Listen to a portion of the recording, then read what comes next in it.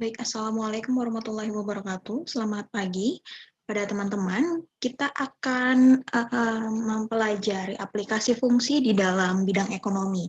Baik, untuk video yang sebelumnya barangkali ada kendala teknis, jadi saya akan menjelaskan ulang terkait dengan aplikasi fungsi dalam ekonomi. Jadi yang pertama ini yang akan saya bahas adalah tentang fungsi permintaan dan juga fungsi penawaran. Baik, jadi di sini ada dua bentuk dari aplikasi fungsi di dalam ekonomi, yaitu untuk fungsi permintaan dan fungsi penawaran. Untuk yang pertama, kita akan membahas tentang fungsi permintaan terlebih dahulu. Jadi, di mana fungsi permintaan ini dikaitkan dengan yang namanya permintaan atau demand. Artinya bahwa demand di sini adalah banyaknya barang yang dibeli atau diminta oleh konsumen pada tingkat harga dan waktu tertentu. Jadi, di sini ketika kita sedang berbelanja, pastinya konsumen ingin membeli barang dengan harga yang terjangkau tentunya. Kadangkala ketika barang yang memang ingin dibeli oleh konsumen itu harganya mahal, maka cenderung untuk kita mengurungkan niat berbelanja barang tersebut, atau malah kita menjadi membeli barang tersebut lebih sedikit kuantitasnya. Namun ketika harganya lebih murah atau turun, kita cenderung untuk membeli lebih banyak atau kita memborong barang tersebut, seperti itu. Nah, di dalam ekonomi, fenomena ini kita pelajari sebagai analisis permintaan konsumen. Kemudian, ketika kita sudah memahami bagaimana definisi dari permintaan itu sendiri, lalu ada yang namanya hukum permintaan konsumen, di mana hukum permintaan konsumen di sini itu memiliki dua kondisi. Kondisi yang pertama adalah ketika harga suatu barang atau jasa mengalami kenaikan, maka jumlah barang atau jasa yang diminta oleh konsumen itu tentu akan mengalami penurunan. Ini analoginya adalah memang seperti yang disebutkan sebelumnya. Nah, kemudian ketika harga suatu barang atau jasa itu turun, maka konsumen akan cenderung meminta atau membeli jumlah barang yang lebih banyak, atau jumlah barang atau jasa yang diminta oleh konsumen itu akan naik. Nah, dua kondisi di dalam hukum permintaan ini itu memiliki syarat, yaitu syarat ceteris paribus, atau artinya adalah faktor-faktor yang lain itu dianggap tetap atau tidak berubah. Di sini maksudnya faktor-faktor lain yang tidak berubah itu adalah faktor di luar faktor harga. Jadi nanti setelah ini saya akan memperlihatkan faktor apa saja sih yang mungkin mempengaruhi konsumsi dari konsumen. Oke, di sini selanjutnya adalah hubungan antara jumlah barang atau jasa yang diminta oleh konsumen dengan tingkat harga itu dinyatakan sebagai fungsi permintaan. Jadi konsep permintaan atau demand tadi seperti ini definisinya, yaitu banyaknya barang yang dibeli konsumen, sedangkan fungsi permintaan itu adalah hubungan antara jumlah barang atau jasa yang diminta oleh konsumen dengan tingkat harganya. Nah, kemudian di bawahnya di sini adalah fungsi permintaan itu berupa persamaan yang nantinya menunjukkan bagaimana hubungan antara harga barang dengan jumlah barang atau jasa yang diminta oleh konsumen. Dan dengan syarat variabel lain itu dianggap konstan atau ceteris paribus, kita sebutnya. Nah, di sini ada karakteristik dari fungsi permintaan. Yang pertama, jadi fungsi permintaan itu cenderung untuk bersifat negatif. Artinya di sini adalah nantinya dari hukum permintaan itu kita bisa melihat bahwa ketika harga naik, maka permintaan turun. Dan juga ketika harga turun, permintaan naik. Nah, itu namanya bersifat negatif. Kemudian terletak di kuadran 1. Di sini artinya adalah untuk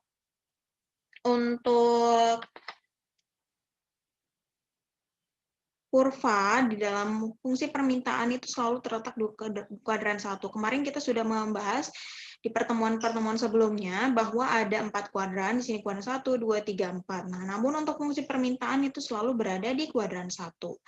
Kemudian dapat dinyatakan dalam kurva linier dan juga non-linier, serta ini merupakan fungsi satu-satu. Nah, selain ini di sini saya akan membahas yang dimaksud dengan variabel lain yang dianggap konstan ini apa saja sih. Nah, di sini ada selera konsumen. Jadi selera konsumen itu dapat mempengaruhi jumlah barang yang ingin dikonsumsi oleh konsumen. Kemudian ada harga barang pengganti atau harga barang substitusi. Di sini contohnya misalnya komputer dan juga laptop itu adalah contoh dari barang substitusi, di mana keduanya memiliki fungsi yang sama, merupakan alat yang sama, namun berbeda bentuk, seperti itu ya. Nah, jadi ketika misalnya harga laptop lebih murah dibandingkan harga komputer, maka orang bisa membeli laptop saja. Jadi itu yang akan mempengaruhi konsumsi dari konsumen nantinya. Kemudian ada lagi yang namanya harga barang pelengkap atau harga barang komplementer. Di sini beda dengan harga substitusi ya. Barang komplementer ini bukan barang pengganti, namun barang pelengkap. Jadi istilahnya seperti kendaraan tanpa bensin itu tidak bisa berjalan. Jadi di mana bensin itu adalah barang pelengkapnya. Nah, hal-hal seperti itu yang merupakan variabel yang dapat menentukan konsumsi dari konsumen. Nah, variabel-variabel itu kita anggap konstan, sehingga kita hanya memperhatikan harga dari barang yang memang ingin dikonsumsi oleh konsumen saja, seperti itu maksudnya. Kemudian kita lanjut lagi ke bentuk umum dari fungsi permintaan. Di sini ada fungsi KIDE, di mana fungsi KIDE ini adalah fungsi dari P, Y, PS, PK, PO, dan S. Nah, di sini yang dimaksud dengan variabel lain yang harus dianggap konstan itu adalah ini, semua teman-teman. Nah, jadi kita hanya fokus pada harga saja. Jadi ketika tadi ada yang namanya ada selera, ada pendapatan, ada harga substitusi, ada harga barang komplementer dan sebagainya yang dapat mempengaruhi permintaan konsumen, maka itu semua kita anggap sebagai konstan saja. Kita hanya memperdulikan ini. Kenapa? Karena di dalam fungsi permintaan, apabila kita memperhatikan semua ini, maka tidak dapat kita gambarkan ke dalam satu grafik 2 dimensi seperti itu. Jadi ini akan sangat banyak dimensi ketika kita memperhatikan semuanya. Jadi kita hanya mengambil salah satunya saja, yaitu harga. Nah, seperti yang sudah disebutkan di fungsi permintaan tadi, bahwa fungsi permintaan itu hanya memperhatikan persamaan dari hubungan dari hubungan jumlah permintaan barang dan juga harga barang tersebut. Seperti itu ya. Oke, kita lanjutkan. Nah, setelah kita mengamati dari variabel lain ini kita anggap konstan, sehingga kita hanya memperhatikan variabel harga saja, di sini disimbolkan dengan P, maka kita mempunyai bentuk sederhana dari fungsi permintaan, yaitu KIDE sama dengan FPD. Nah, di sini teman-teman bisa membaca sebagai kuantitas atau fungsi permintaan ini dipengaruhi oleh harga dari barang. Jadi di sini permintaan konsumen itu adalah fungsi dari harga barang ini, PD-nya ini. Jadi PD adalah price of barang yang diminta oleh konsumen, dan KIDE ini adalah kuantitinya atau jumlah barangnya. Seperti itu ya. Kemudian fungsi permintaan ini juga dapat dituliskan ke dalam beberapa bentuk. Jadi di sini ada fungsi eksplisit, fungsi inverse, dan juga fungsi implisit ya. Jadi fungsi eksplisit itu kita lihat sebagai fungsi Q sama dengan fungsi dari harga, kemudian fungsi inverse itu adalah P sama dengan fungsi dari kuantitas, kemudian fungsi implisit, dan sebagainya. Oke, di sini pada umumnya untuk menggambar kurva permintaan digunakan kurva kurva dengan model ekonomi, di mana sumbu X itu diubah menjadi sumbu Q dan sumbu Y diubah menjadi sumbu P. Jadi ketika kita sebelumnya telah belajar bagaimana menggambar kurva atau grafik. Nah, di sini kan biasanya kita menuliskan sebagai sumbu X dan yang vertikal sebagai sumbu Y. Namun untuk di fungsi permintaan ini, fungsi permintaan penawaran atau aplikasi dari fungsi di dalam ekonomi ini, kita tidak menggunakan X dan Y. Kita menggunakan Q dan P, di mana Q ini adalah jumlah barangnya, P ini adalah harga barangnya. Jadi nanti kita melihat bagaimana jumlah barang ketika harga naik, jumlah barang ketika harga turun, seperti itu. Jadi nanti fungsinya akan berupa garis yang memiliki bersifat negatif, seperti itu ya. Jadi mungkin nanti seperti ini bentuknya kurang lebih. Nah, lebih seperti ini, akan selalu seperti ini untuk fungsi permintaan. Karena ketika harganya naik tinggi, maka jumlah permintaan barangnya akan sedikit. Namun ketika harganya ada di sini rendah, murah, maka permintaan barangnya akan banyak. Jadi bentuk kurva atau grafiknya akan seperti ini. Tergantung nanti tinggal titik-titiknya di sini seperti apa, kuantitasnya, jumlahnya, dan juga harga barangnya. Oke, kita masuk ke contoh yang pertama, yaitu untuk fungsi permintaan di sini. Contoh yang pertama adalah bila harga kue itu Rp600, jumlah kue yang dibeli itu adalah 50, namun apabila harga kue naik menjadi 1.000, maka jumlah kue yang akan dibeli menjadi 30 buah. Nah, di sini kita diminta untuk menentukan fungsi permintaan, banyaknya kue yang akan dibeli jika harga kue 800, kemudian pada harga berapakah kue tersebut dibeli sebanyak 70 buah, dan kita diminta untuk menggambarkan grafiknya. Oke, kita akan mulai. Yang pertama di sini, oke, sebentar. Untuk yang pertama, ini kita mempunyai price yang pertama, price barang yang pertama itu 600, kemudian kuantitasnya itu atau jumlahnya itu adalah 50. Yang kedua itu kita punya 1.000, namun jumlahnya itu adalah 30. Nah, dari dua ini kita bisa membentuk fungsi permintaan. Nah, sama halnya seperti di pelajaran sebelumnya ketika kita mempunyai dua titik. Di sini kan kita mempunyai titik Q1, P1, bukan begitu? Q2, P2. Ingat, kita sebelumnya mempelajari untuk mencari persamaan dari dua titik, yaitu X1, Y1, dan X2, Y2. Bagaimana caranya? Caranya yang pertama adalah bisa menggunakan untuk mencari gradien terlebih dahulu. Namun kita juga bisa menggunakan rumus untuk mencari persamaannya langsung. Nah, untuk mencari persamaannya langsung, kita bisa menggunakan rumus yang Y min Y1 per Y2 min Y1 sama dengan X min X1 sama dengan X min X1 per X2 min X1. Itu akan langsung membentuk suatu persamaan. Namun apabila teman-teman ingin menggunakan mencari gradiennya terlebih dahulu, maka bisa menggunakan rumus yang Y2 min Y1 per X2 min X1. Seperti itu ya. Nah, kita di sini akan memilih untuk secara simpel saja langsung mencari persamaannya, yaitu dengan Y min Y1 per Y2 min Y1 sama dengan X min X1 per X2 min X1. Kita menggunakan yang rumus ini. Namun, perlu diperhatikan bahwa kita sudah tidak lagi menggunakan Y dan X. Jadi di sini kita menggunakan Q dan P. Jadi saya akan ganti Y dan X ini menjadi Y itu menjadi P, X menjadi Q. Jadi di sini P min P1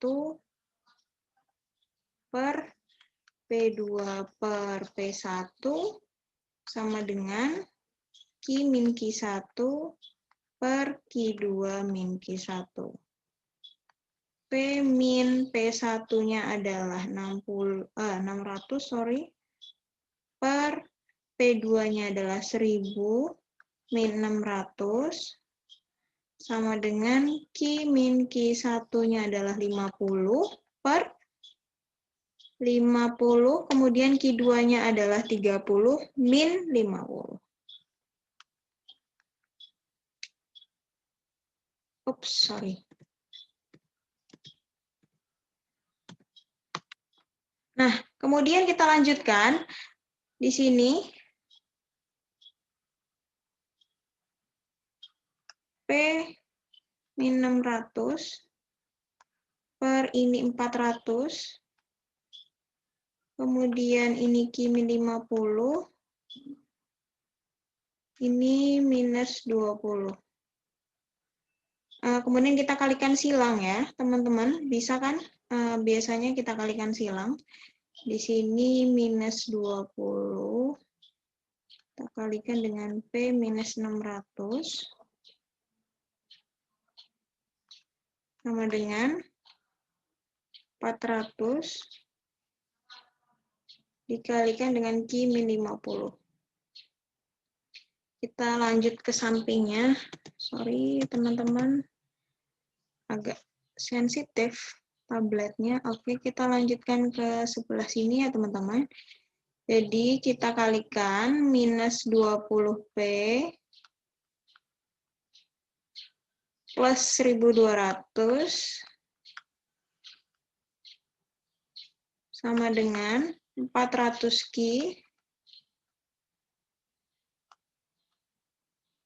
Ini 400, ini minus 2000.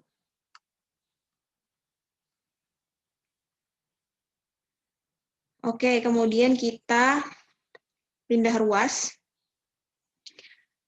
di mana P di sebelah kiri, tab min 20P sama dengan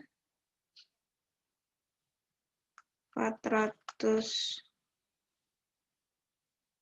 Q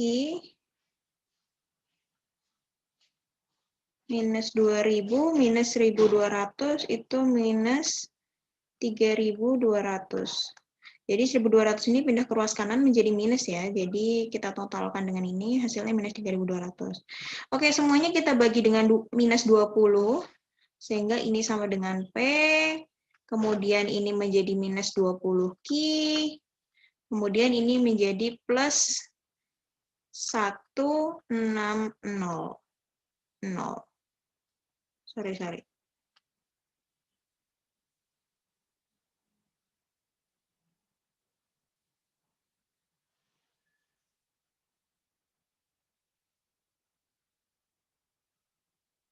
Oke, sorry, ada yang salah teman-teman di sini. Jadi kurang nolnya 1 ya teman-teman. Jadi di sini nolnya kan 3.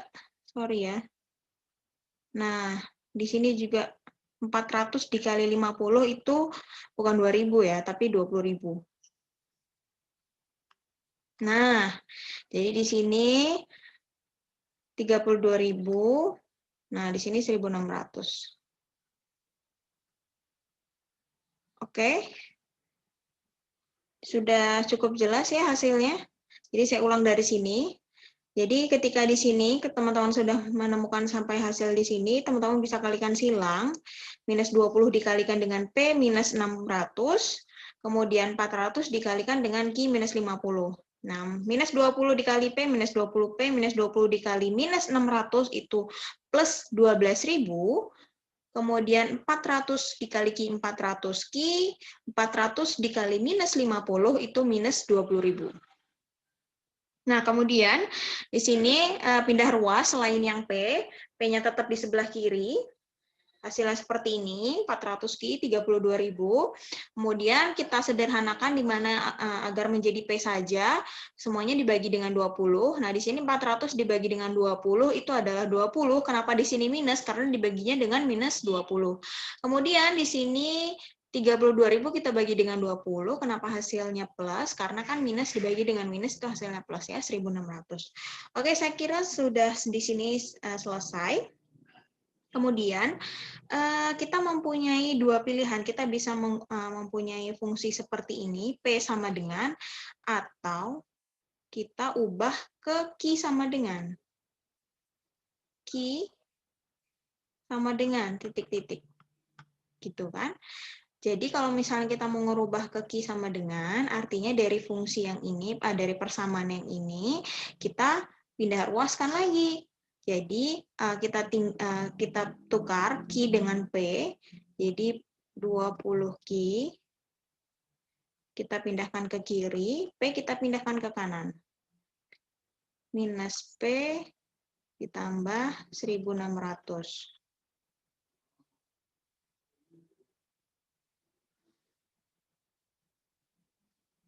Nah, ini terus kemudian kita bagi dengan 20, agar ini menjadi Q sama dengan. Nah, minus P dibagi dengan 20, gampang saja kita buat menjadi minus 1/20, P, kemudian 1.600 dibagi dengan 20, itu hasilnya 80.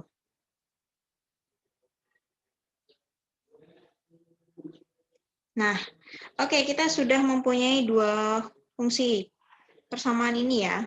Jadi fungsi permintaannya itu adalah ini. Jadi kita dapatkan fungsi permintaannya adalah Q sama dengan minus 1/20 P ditambah 80. Oke, kemudian sekarang yang B, kita kerjakan yang B, di mana banyaknya kue yang akan dibeli jika harganya Rp800. Jadi kita punya P sama dengan 800.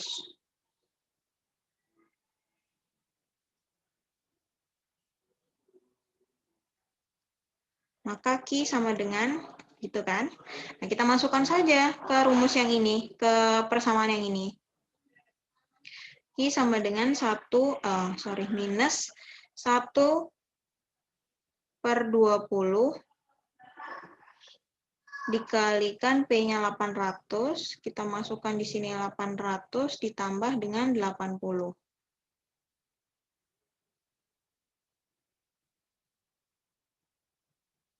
Oke, hasilnya adalah ini dicoret, hasilnya adalah minus 40, ini plus 80, sama dengan 40.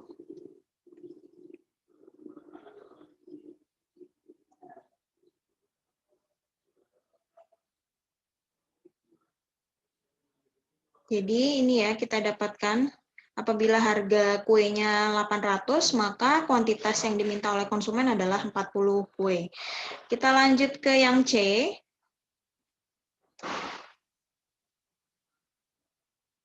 Di sini apabila harga kue tersebut, di sini ditanya harga kuenya berapa apabila konsumen ingin membeli 70 kue. Jadi kita akan mencari P sama dengan. Seperti itu ya. Jadi teman-teman pahami pertanyaannya, maka kita akan tahu mana yang akan kita cari. P sama dengan. Nah, untuk mencari P sama dengan, kita bisa menggunakan persamaan yang ini. Ya, kalau yang ditanya Q sama dengan, maka kita bisa menggunakan yang ini. Oke, jadi P sama dengan ketika Q sama dengan 70. Kita akan pakai yang ini. P sama dengan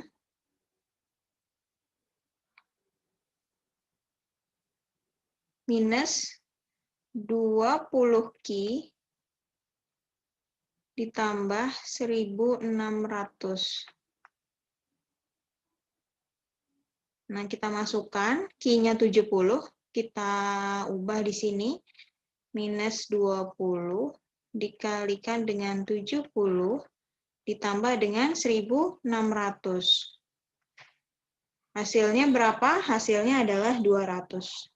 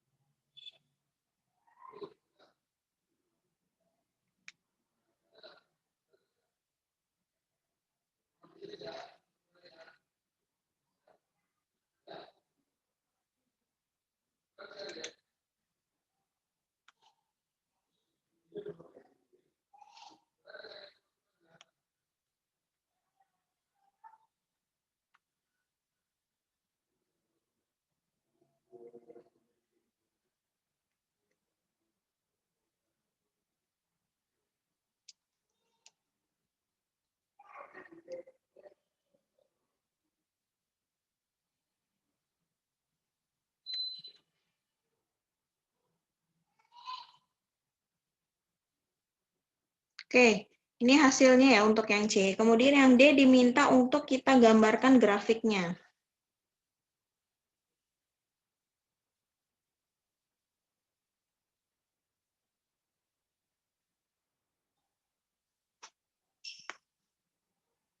Niki, jangan lupa. Kemudian ini P. Nah, kita mempunyai beberapa titik, bisa kita gabungkan saja ketika yang pertama, P1-nya 600, Q1-nya 50. Jadi kita buat dulu di sini, saya mau skala 20 saja. 20, 40, 60, 80, kemudian ini nanti 100.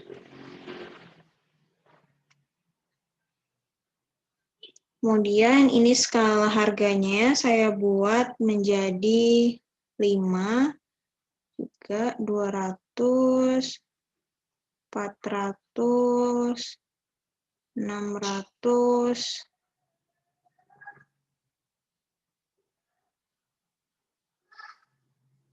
800, di sini 1000.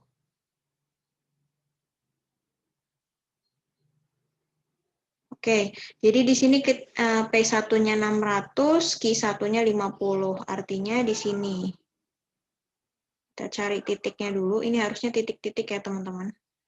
Nah, kemudian 1000 dan 30 di sini.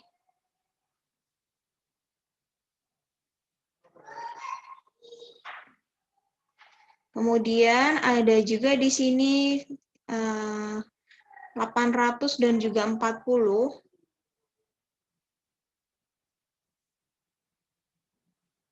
Dan yang terakhir adalah 200 dan juga 70. Oke.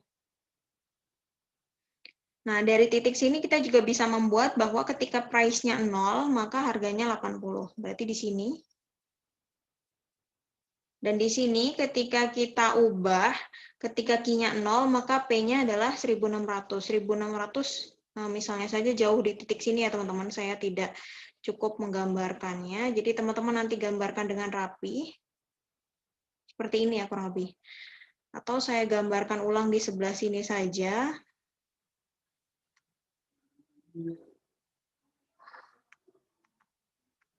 Jadi di sini Q, di sini P. Nah, di sini nanti 1600. Ketika Q-nya 0, maka P-nya 1600. Di sini titik. Kemudian ketika P-nya 0, Q-nya adalah 80. Saya taruh di sini misalnya.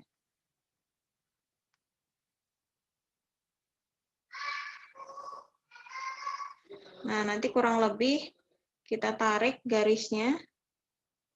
Kan seperti ini. Nah, di sini nanti ada 1000 dan kawan-kawannya. Misalnya di sini 200.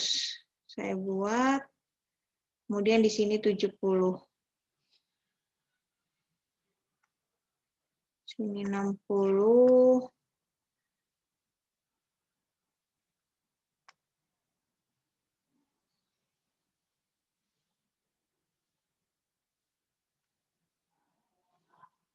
Kemudian 600 dan 50. 4, 6, 8, 10, 12, 14. Di sini 600, itu 50. Kurang lebih begini ya teman-teman. Kemudian ketika 1000 itu 30.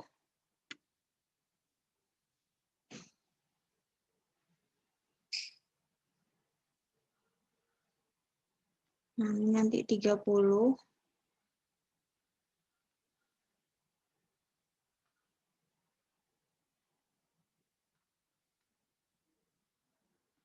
Kemudian 800 itu 40.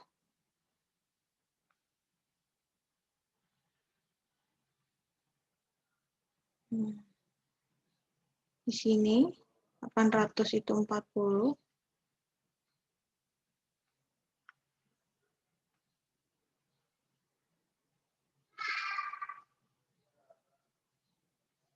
Dan yang terakhir adalah 270 ini ya.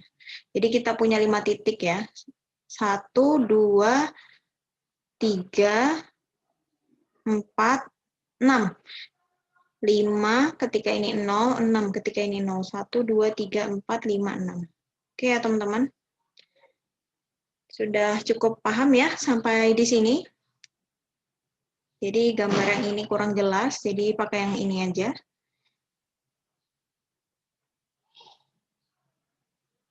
Bisa dipakai yang ini, gunakan yang ini saja. Oke, kita akan lanjut ke yang berikutnya, yaitu adalah fungsi penawaran.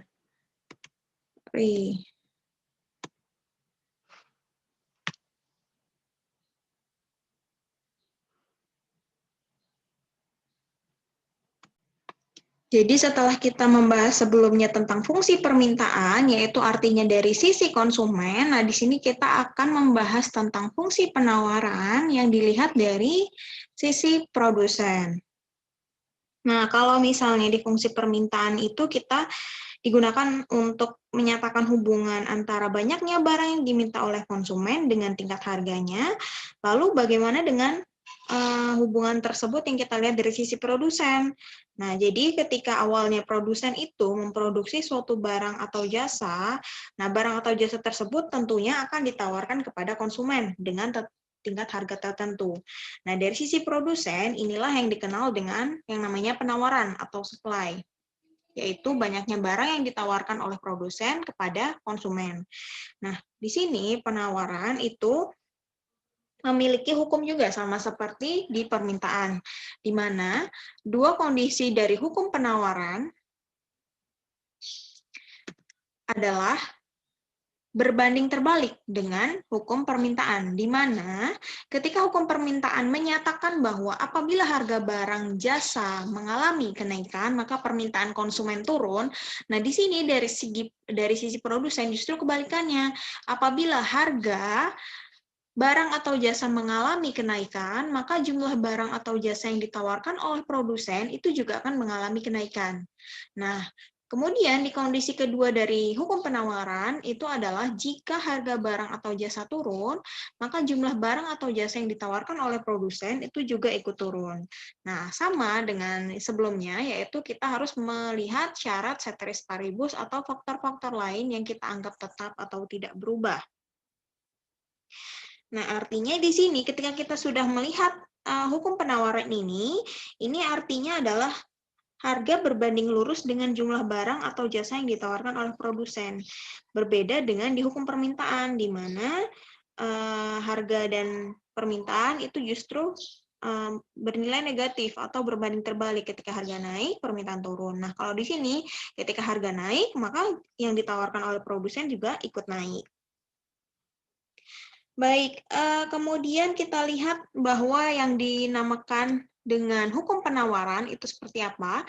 Nah, kalau di hukum permintaan tadi, fungsi permintaan itu adalah sifatnya negatif ya tadi, jangan lupa. Nah, di sini hukum penawaran itu bersifat positif antara harga dengan jumlah dan jumlah barang atau jasa yang ditawarkan. Nah, kemudian kenapa positif sih di sini? Karena di sini tandanya tadi adalah dengan harga naik, jumlah barang yang ditawarkan naik. Nah, artinya itu searah, berbanding lurus. Nah, kemudian yang dinamakan dengan fungsi penawaran itu apa? Yaitu berupa persamaan yang menunjukkan hubungan antara harga barang dengan jumlah barang atau jasa yang ditawarkan oleh produsen, dengan menganggap variabel lain adalah konstan. Nah, sama seperti di fungsi permintaan, ada variabel-variabel lain. Nah, kalau di fungsi penawaran ini, beberapa faktor lain yang dapat mempengaruhi penawaran produsen itu banyak. Misalnya saja harga barang yang dituju, harga barang substitusi, tujuan produksi, kemudian ada dari teknologi produksi, kemudian pajak, dan lain sebagainya. Nah, semua itu kita anggap konstan, kita anggap tetap, kita anggap, sama saja kita tidak menganggap itu, kita hanya memfokuskan perhatian kita pada harga dari barang yang ditawarkan. Nah, sehingga kita mempunyai bentuk sederhana dari fungsi penawaran ini, yaitu langsung saja kepada QS dan FPS ini. Kalau yang sebelumnya adalah D, artinya demand. Nah, di sini S artinya adalah supply atau penawaran ya. Oke. Kita langsung masuk ke contohnya saja di sini. Yang pertama ada tingkat harga 50.000 untuk barang A yang ditawarkan oleh produsen. Kemudian ada 150 unit, sedangkan untuk harga 100.000 barang yang ditawarkan produsen adalah 350 unit. Nah, di sini kita diminta untuk mencari fungsi penawarannya, gambar grafiknya, kemudian banyaknya barang A yang ditawarkan produsen apabila harganya 125.000, dan yang terakhir adalah pada harga berapakah barang tersebut ditawarkan sebanyak 200 unit. Kita langsung jawab. Untuk yang pertama adalah kita memiliki 2 titik. Jadi, yang pertama adalah kita mempunyai P1 sama dengan 50.000, Q1 sama dengan 150. Dan yang kedua P2 sama dengan 100.000, Q2-nya adalah 350. Ya, bisa dilihat ya, kalau di penawaran itu adalah ketika harganya lebih tinggi, maka jumlah yang ditawarkan oleh produsen juga lebih tinggi ya. Ini lebih tinggi daripada 150. Oke, sama seperti sebelumnya, kita mempunyai 2 titik Q1 P1, kemudian Q2 P2. Kita gunakan rumus yang seperti yang sebelumnya, yaitu P minus P1 per P2 min P1 sama dengan Q min Q1 per Q2 min Q1. P min P1-nya di sini adalah P min 50.000 per, ini adalah 100.000 min 50.000 sama dengan Q min 150 per 350 per 100, minus 150. Kita lanjut, di sini P minus 50.000 per ini 100.000 minus 50.000, kita langsung ke 50.000 sama dengan Q minus 150 per ini 200. Kita kalikan silang, yaitu 200 P minus 50.000 sama dengan 50.000 Q minus 150.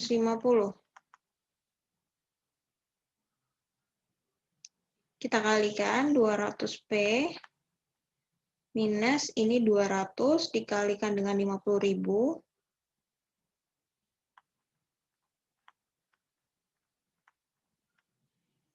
Itu 10 juta ya teman-teman. Oke. Kemudian ini 50.000 Q minus 75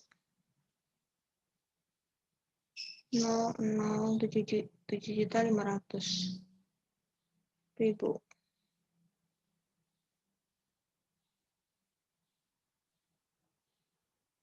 Ini 50.000 ya. Selanjutnya kita tinggalkan yang sisi P di sisi kiri, 200P 50.000 Q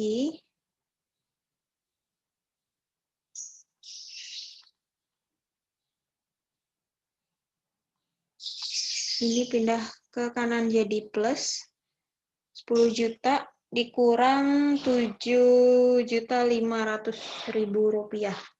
Itu 2.500.000.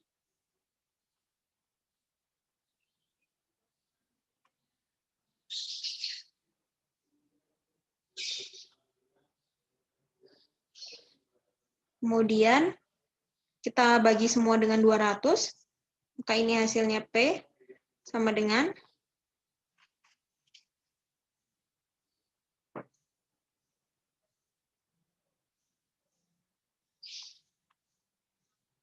bagi dengan 200 itu 25 .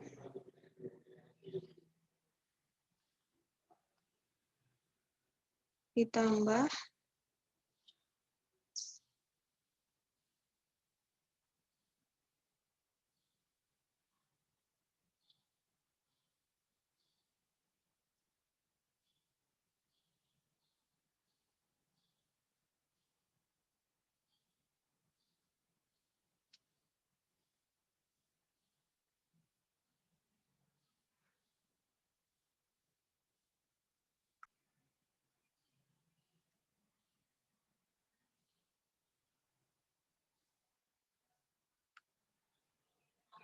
Oke, ini adalah satu persamaan untuk fungsi penawarannya, yaitu P sama dengan 250Q ditambah 12.500. Nah, kita bisa membentuk ke dalam fungsi yang lainnya,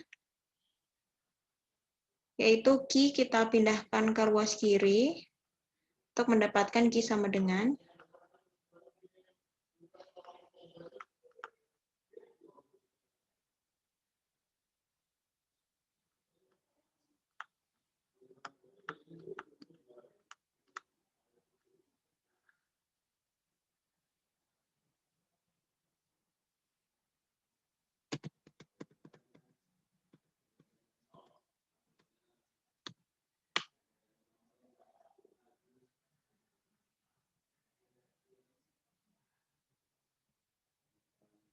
Nah, kemudian kita bagi dengan minus 250 semuanya, maka di sini adalah 1/250P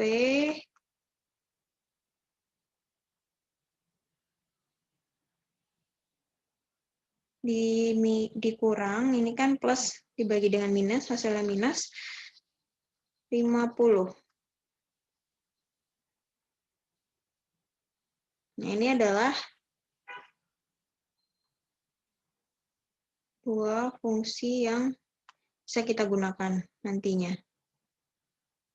Oke, jadi fungsi penawarannya ini adalah 250Q plus 12.500, atau kita menggunakan fungsi yang satunya ini, yaitu Q sama dengan 1/250P minus 50. Selanjutnya adalah kita yang soal kedua, yaitu untuk menggambarkan grafiknya.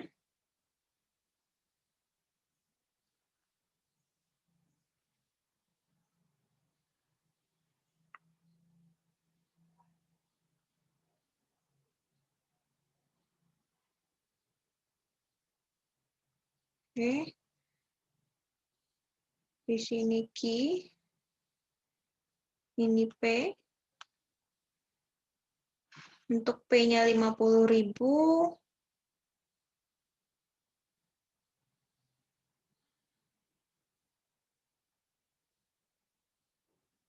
saya taruh di sini 50.000.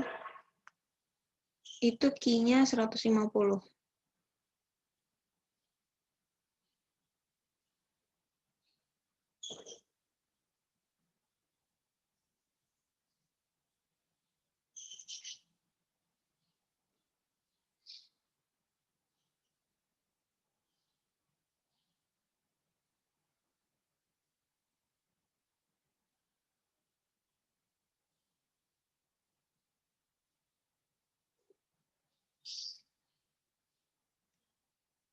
Untuk P 100.000,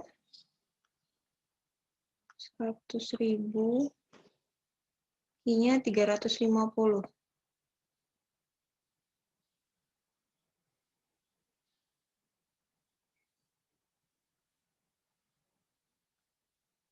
Di sini.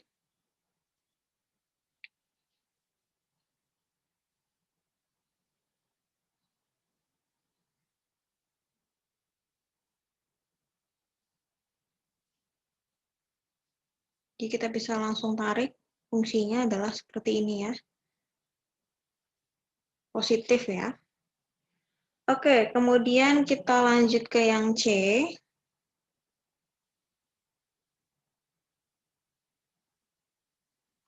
Jadi dari gambar ini kita bisa melihat ya bahwa tren ini berbeda dengan yang fungsi permintaan. Kalau fungsi permintaan tadi adalah bentuknya turun seperti ini, karena memang hubungannya adalah negatif antara harga dan juga jumlah barang. Sedangkan kalau di fungsi penawaran ini adalah sifatnya positif. Jadi bentuk kurvanya adalah naik, meningkat seperti ini ya. Terus naik, naik, naik, naik, dan seterusnya. Oke, kita lanjut ke yang C. Di sini ditanyakan adalah banyaknya barang jika harganya Rp125.000. Jadi kita ditanya Q-nya sama dengan berapa apabila P-nya sama dengan Rp125.000. Jadi kita akan menggunakan persamaan yang mana? Kita akan menggunakan persamaan yang ini tentunya.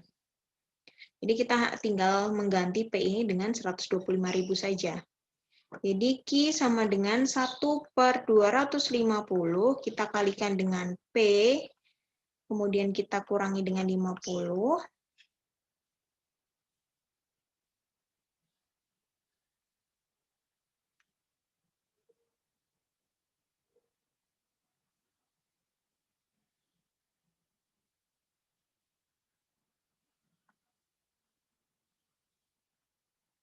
Kita masukkan P-nya menjadi 125.000.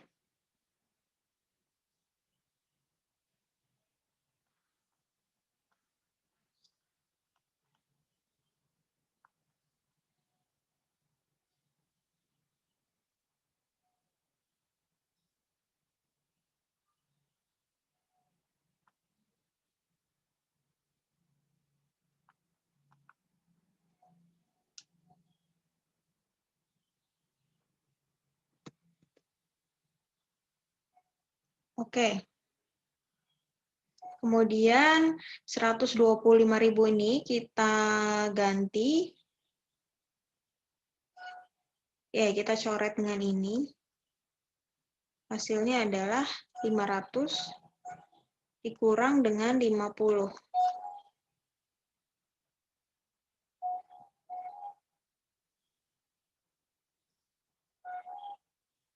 Sama dengan 450. Jadi apabila harga barangnya itu yang ditawarkan oleh produsen adalah 125.000, maka jumlah barang yang ditawarkan oleh produsen tersebut adalah 450. Nah, kita bisa menggambarkan lagi nanti di sini, ditambahkan di sini 125.000 titiknya, kemudian untuk kuantitasnya di sini kan tadi 350. Nah, kemudian 450 sekitaran di sini, nanti kita tarik, maka titiknya di sini. Dia terlihat ya, terus meningkat, meningkat, dan meningkat. Oke. Kita lanjut ke yang D. Di sini yang D ditanyakan adalah harganya apabila kuantitasnya jumlah barang yang ditawarkan oleh produsen itu adalah 200 unit.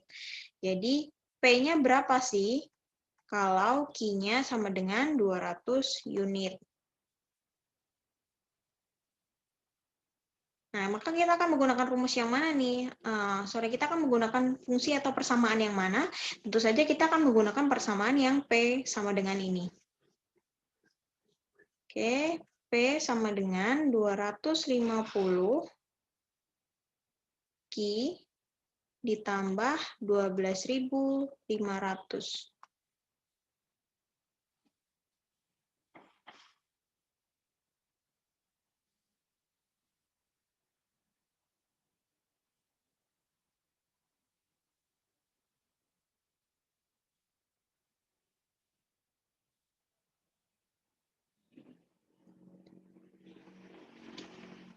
Kemudian kita masukkan, Q-nya kita ubah menjadi 200. Ini 12.500 ya. 250 kita kalikan dengan 200. Kemudian kita tambah dengan 12.500.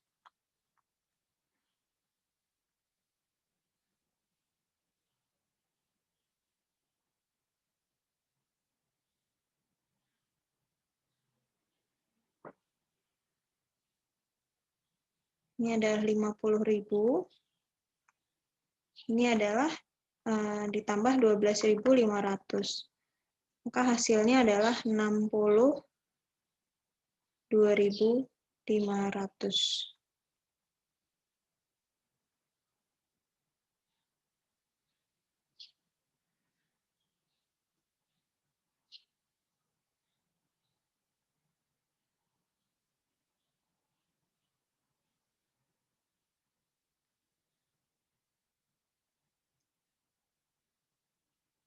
Sorry, 62.500.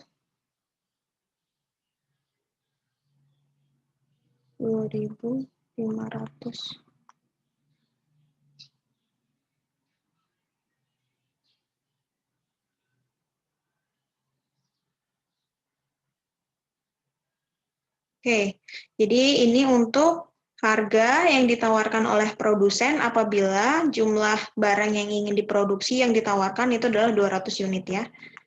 Oke, cukup sampai di sini untuk fungsi penawarannya. Kita akan lanjut ke keseimbangan pasar.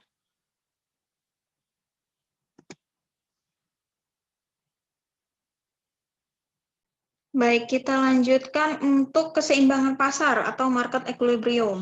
Jadi keseimbangan pasar ini dapat terjadi dengan adanya fungsi permintaan dan penawaran yang telah kita pelajari sebelumnya tadi. Jadi keseimbangan pasar ini adalah dari kedua sisi, di mana sisi produsen dan juga sisi konsumen. Nah, keseimbangan pasar di sini adalah suatu keadaan ketika jumlah barang dan harga barang yang ditawarkan oleh produsen itu sama dengan jumlah barang dan harga yang diminta oleh konsumen.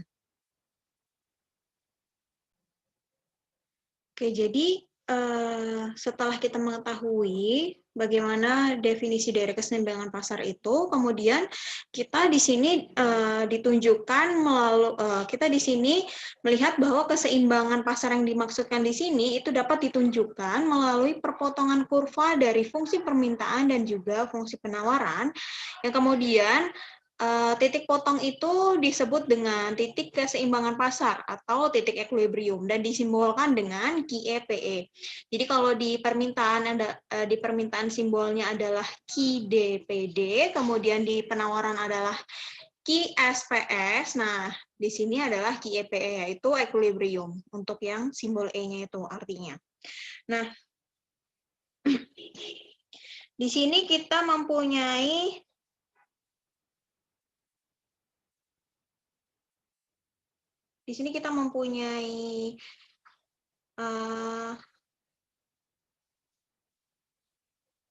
bentuk umum dari keseimbangan pasar, yaitu terjadi apabila QD sama dengan QS atau PD sama dengan PS. Jadi artinya adalah jumlah barang yang diminta itu sama dengan jumlah barang yang ditawarkan produsen, atau harga barang yang diminta oleh konsumen itu sama dengan harga barang yang ditawarkan oleh produsen.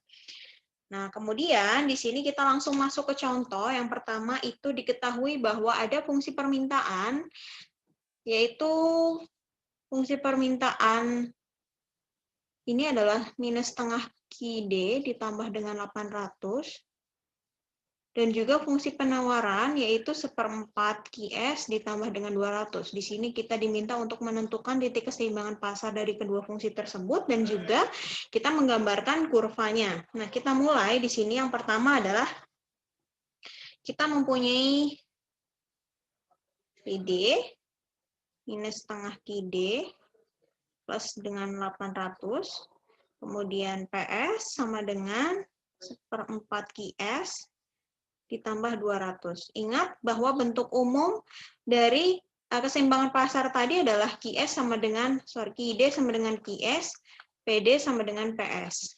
Nah, ketika kita sudah mempunyai dua hal ini, maka kita menggunakan yang PD sama dengan PS. Artinya adalah syarat terjadinya keseimbangan pasar, yaitu harga barang yang diminta oleh konsumen itu sama dengan harga yang ditawarkan oleh produsen. Kemudian kita masukkan, yaitu minus setengah QD ditambah dengan 800 sama dengan 1/4 QS ditambah dengan 200. Nah, untuk menggunakan bentuk dari keseimbangan pasar di sini kita tidak perlu lagi menggunakan indeks D maupun S, sehingga kita bisa menuliskan menjadi lebih sederhana, yaitu seperti ini. 1/4 Q ditambah dengan 200. Nah, kemudian kita bisa menyamakan bentuknya, di mana Q kita pindahkan ke ruas sebelah kiri saja, atau Q kita pindahkan ke kanan, sama saja nantinya. Jadi di sini minus setengah Q, kemudian 1/4 Q-nya kita pindahkan, kemudian di sini minus 800, kemudian di sini kita tambahkan dengan 200. Nah, kemudian ini kita samakan, bahwa ini kan bentuknya pecahan, kita samakan penyebutnya, yaitu penyebutnya adalah 4, maka di sini adalah minus 2, kemudian ini tetap minus 1/4 Q, kemudian ini minus 800 ditambah 200, yaitu minus 600 ya teman-teman. Bisa kan teman-teman menghitungnya sendiri. Kemudian minus 2, minus 1, yaitu minus 3/4 Q. Kita bisa gabungkan seperti ini, kemudian sama dengan minus 600. Nah, kemudian untuk mencari Q-nya, artinya di sini nanti adalah minus 600 ini kita bagi dengan minus 3/4. Nah, kita langsung ke sini, bahwa Q sama dengan minus 600 dibagi dengan minus 3/4. Nah, teman-teman mungkin masih ingat bagaimana cara menghitung pembagian yang seperti ini, yaitu nanti yang paling bawah ini kita pindahkan ke atas menjadi perkalian. Atau kita bisa juga menghitungnya seperti ini.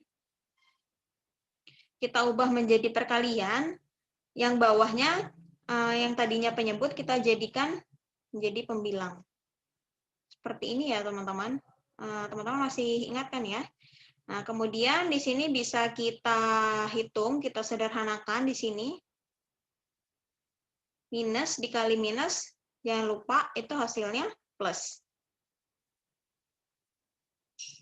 Jadi di sini minus 600 dikali minus 4/3. Ini bisa kita coret saja seperti ini. Hasilnya 200. Kemudian di sini nanti hasilnya adalah 800. Oke, kita dapatkan bahwa Q-nya sama dengan 800. Lalu Pi-nya seperti apa? Pi-nya bisa kita hitung, yaitu kita pilih salah satu, yang mana yang mau kita gunakan, bebas. Misalnya kita ambil yang minus setengah QD plus 800 ini ya. Jadi,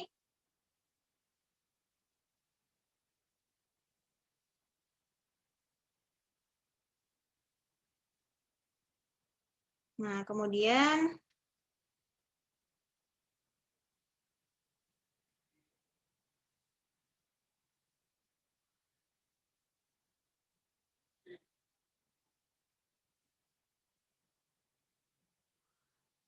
kita bisa coret, ini nanti hasilnya adalah 400.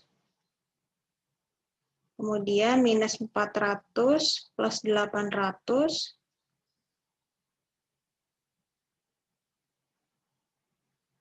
Nah, hasilnya adalah 400. Jadi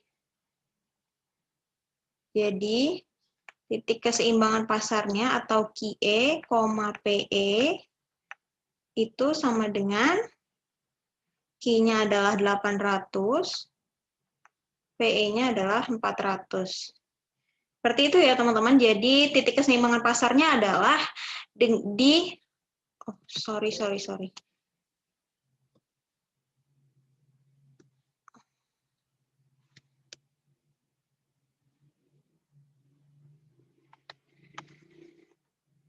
Jadi keseimbangan pasarnya adalah di titik dengan jumlah barang 800 dan harga 400.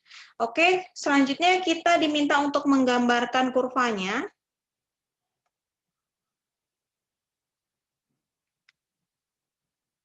Wait.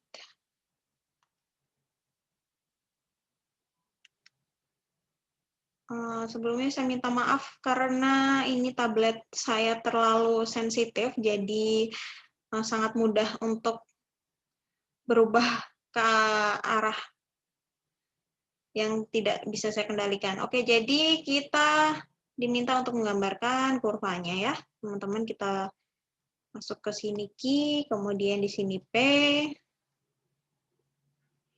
Nah, kemudian kita buat di sini, soalnya saya ingin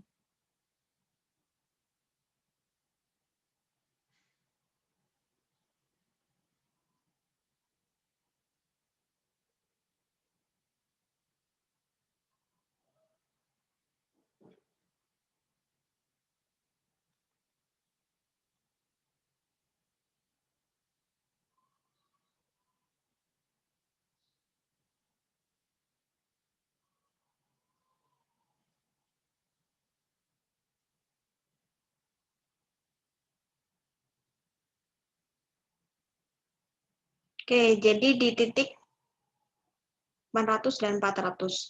Nah, teman-teman bisa juga dengan pertama kita menarik garis untuk fungsi permintaan terlebih dahulu. Fungsi permintaan di sini adalah, jadi ketika misalnya kita Q-nya sama dengan 0, maka P-nya 800 ya.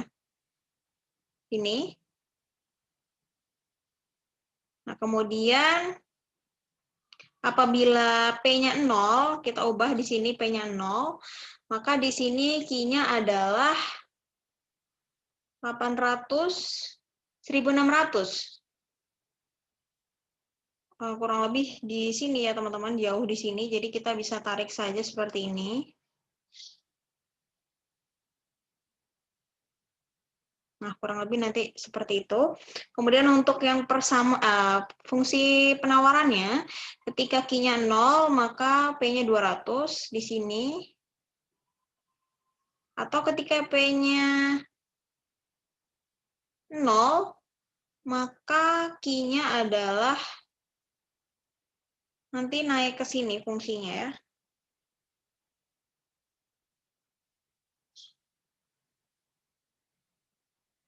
Nah, jangan lupa bahwa fungsi permintaan dan penawaran ini nanti berbeda ya. Jadi fungsi penawaran itu selalu naik ke atas atau positif, sedangkan fungsi permintaan itu selalu bersifat negatif, artinya turun seperti ini ya.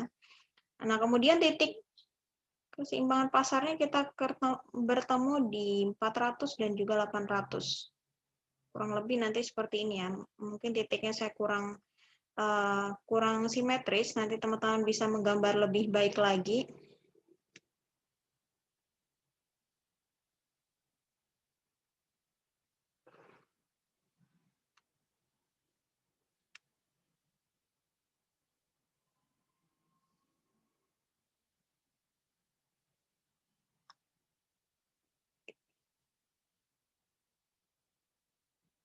Jadi nanti di sini ya 400 800-nya 800,400-nya. Oke ya, jadi kita dapatkan titiknya seperti ini.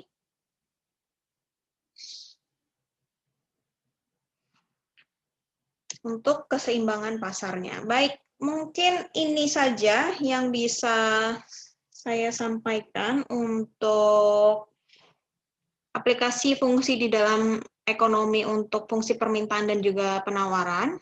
Setelah ini kita akan lanjut ke bagaimana pengaruh bagaimana pengaruh pajak dan juga subsidi terhadap kondisi keseimbangan pasar ini.